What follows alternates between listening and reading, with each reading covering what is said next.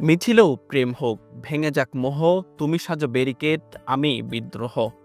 কবি শেখ শাহিনুর রহমানের লিখা প্রেম ও বিদ্রোহের মিছিল কবিতার মতোই যেন জুলাই বিপ্লবে বদলে গেল দুটি জীবনের গল্প।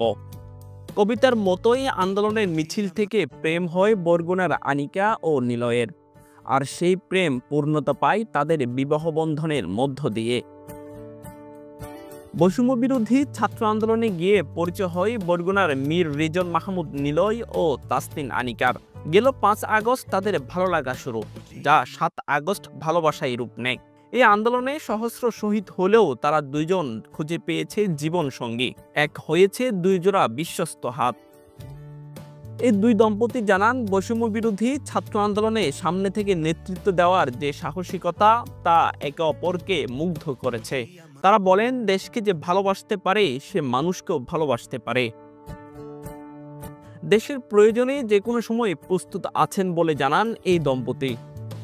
News desk, Chattala 24, Chittagong.